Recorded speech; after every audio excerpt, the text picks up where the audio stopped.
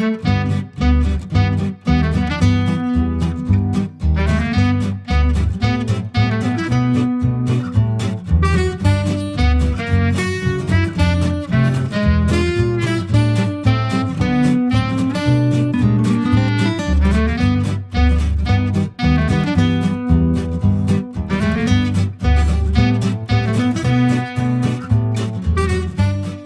vi vedevate? Ricordo che andavamo a vedere la televisione quando c'era l'intervallo. Lui stava lì un'ora a vedere l'intervallo, io stavo lì anch'io e rimanevamo da soli. Ma nessuno dei due diceva niente. Che disastro! Ma digli qualcosa a te, che adesso hai la parlantina. Ma poi ti vedi comunque dici, ciao Italo, finalmente ti ricordi! Che bello che era l'intervallo!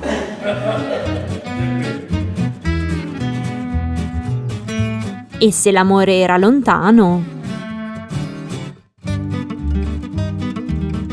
Cara Cesarina, visto e considerato dallo scritto giuntomi che i nostri cuori palpitano dello stesso amore, mi permetto di usare il più confidenziale tu e spero che vorrai accettare questa mia volontà. Pensa, Cesarina, questa notte ho sognato di te e questo sogno mi ha dato la certezza che alla mattina avrei avuto la tua cara lettera e questo sarebbe avvenuto se non ci fosse stato il bombardamento in città. Quante notti, dopo la precedente lettera, ho pensato a te, mentre mi trovavo di guardia, nelle notti quando la luna tutto rischiara. Cesarina, come segno del tuo amore ti chiedo una tua fotografia per averti sempre con me, in ogni momento triste della mia vita militare. Solo così, per ora, mi sarà possibile vederti. Come riuscivate ad incontrarvi?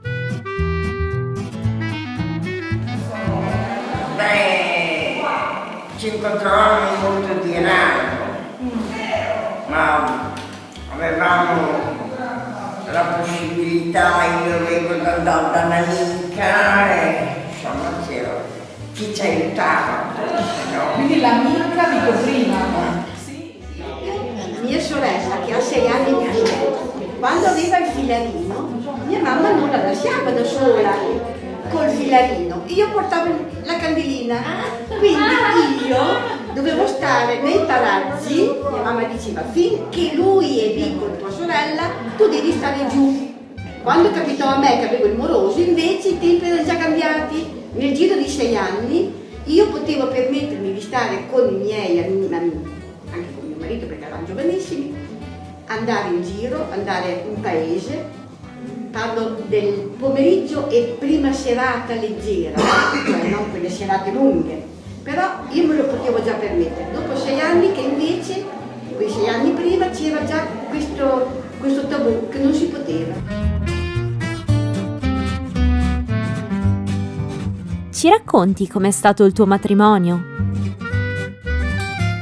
Il mio matrimonio è stato in Campania, a San Giovanni in Persiceto. Era il 16 ottobre del 1948. Quel giorno c'erano 2 macchine, pensa un po'.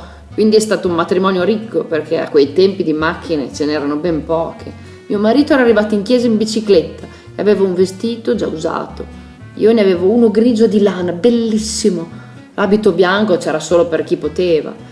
Quando ci siamo sposati dovevamo ancora confessarci, allora siamo andati in sagrestia, poi siamo entrati in chiesa da lì. Dopo la cerimonia ho portato l'unico mazzo di fiori che avevamo al monumento dei ragazzi di Paderno. Il pranzo si è fatto a casa mia, un piatto di pasta, un po' di secondo, tutto cucinato da una signora che conosceva mia mamma. C'erano anche i zuccherini, quelli tondi, erano d'un buono. Si facevano i sacchettini per gli invitati, con un solo confetto e 4 zuccherini. Di sera poi siamo andati a mangiare da mia suocera e il viaggio di nozze l'abbiamo fatto a Bologna.